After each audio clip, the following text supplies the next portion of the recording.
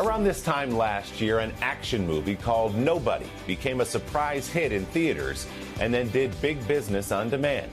The film also marked the latest twist in the career of its star, Bob Odenkirk. A comedian by trade and a young writer at Saturday Night Live in the years of Chris Farley, Adam Sandler, and Chris Rock, Odenkirk was surprised in 2009 to get a call from the intensely dramatic series Breaking Bad. His performance as Saul Goodman was so good, the character got his own show, the hit Better Call Saul. Now, Odenkirk has written a memoir documenting his unusual path from cult comedy performer to buff action star. Bob and I got together for a Sunday sit-down inside the Rockefeller Center building, where he got his start at SNL. Let's just say I know a guy who knows a guy who knows another guy. Bob Odenkirk's life-changing break was born of necessity. I needed work. I was in a hole financially. I hadn't seen the show. I watched about 10 minutes of it on the plane, and I kind of went, okay, it's a drama. It's kind of funny. After years of acclaimed but below-the-radar comedy, Odenkirk walked blindly into one of the greatest dramatic shows in television history, playing attorney Saul Goodman on Breaking Bad and its spin-off, Better Call Saul. Okay, do you know me? No. Damn straight. Go with God. That unexpected turn is at the center of Odenkirk's new memoir. Comedy, comedy, comedy, drama.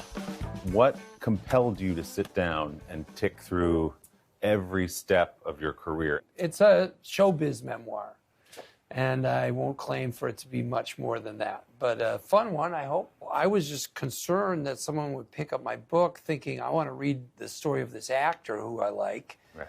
And then all this crap about comedy, I've never heard of any of this. But my life was aimed towards comedy, and that's what I spent my time doing. The 59-year-old Odenkirk began aiming his life in that direction in the Chicago suburbs, entertaining his mother and 6 siblings to fill a void left by his father. You had a dad who was an alcoholic and wasn't around, but all I see in this pages of this book, at least, are joy by and large. Well, there's not a lot to talk about when someone's literally not there ever. But I do think that the tension also is a thing you work with in comedy. So if everybody's feeling a little uneasy and someone starts being silly, it's a relief. He graduated from high school at 16 and began writing and performing in college. I didn't for a second think I could make it in show business. I guess I was thinking about a degree in forestry or something like that. In the 3rd year is when I thought, boy, I do this with all my spare time. I just go sit down and write comedy. Maybe that's a career. In 1987, at 25 years old, Odenkirk landed his dream job as a writer on Saturday Night Live. What memories does this building conjure for you? Sweat, fear, anxiety, depression. Comedy. Comedy last on that list. I did have a lot of laughs, though. It was a hard place to be for me. It took me a long time to figure out how I could help the show, and I really wanted to help the show. He struggled to get material on the air, and his most famous sketch, written years earlier for his old friend Chris Farley, aired after Odenkirk had left SNL. When you're living in a van down by the river! What was it like to watch your work come to life on SNL? That sketch was such a joy to do. Chris was just a whirlwind and a joy in that sketch, so I knew it would work. It was great. Hey, Matt, how can we get back on the right track? He wouldn't stop until he made every performer on the stage laugh.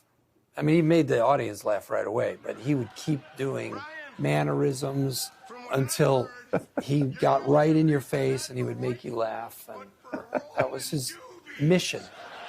Odenkirk took what he learned at Saturday Night Live and pushed sketch comedy further with the HBO cult hit Mr. Show with Bob and David, alongside friend and comedian David Cross. I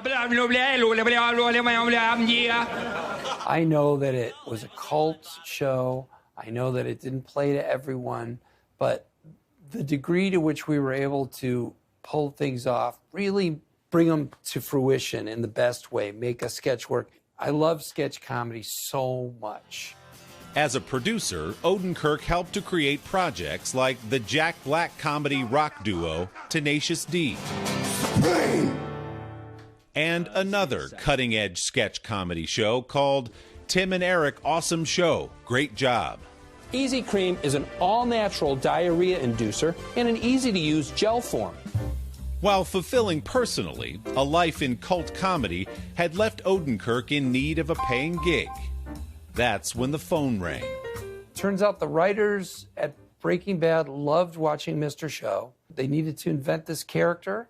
It was for a story point. They were only intending to have me for 3 or 4 episodes. That short run became a regular role. And then the hit spin-off Better Call Saul, now in its 6th and final season. Lawyers, we're like health insurance. You hope you never need it, but man, oh man, not having it? No. How are you feeling about walking away from that character after this long run? It's still hitting me. I think I'm going to feel badly when I watch the season that I had to say goodbye to this guy. If you're a fan of Breaking Bad and you haven't seen Better Call Saul yet, you should catch up, because in our final season, the 2 shows, Breaking Bad and Better Call Saul, are enmeshed like they've never been before. While shooting an episode of the show last summer, Odenkirk suffered a heart attack that very nearly took his life. My widowmaker artery was completely blocked, and that's why it's called the widowmaker, because you die when that happens. But I went down, and I was very lucky that my co-stars, Ray Seahorn and Patrick Fabian, were right nearby. I'm sure in that moment after, as you're recovering, or even now, you take a step back and you say, okay, I survived that. I've got a great career. I've got a great family. Yeah. What perspective did it give you? I'm still getting that perspective from this occurrence. Just appreciation for what the life I get to live and the people in my life. You got to take a moment to just look people in the eye and appreciate that they're with you, and to tell them you love them. And I'm going to try to do a better job of that moving forward. Bob's memoir, Comedy, Comedy, Comedy, Drama, is available now. It debuted this week at number 2 on the New York Times list of bestsellers. The final season of Better Call Saul premieres April 18th on AMC.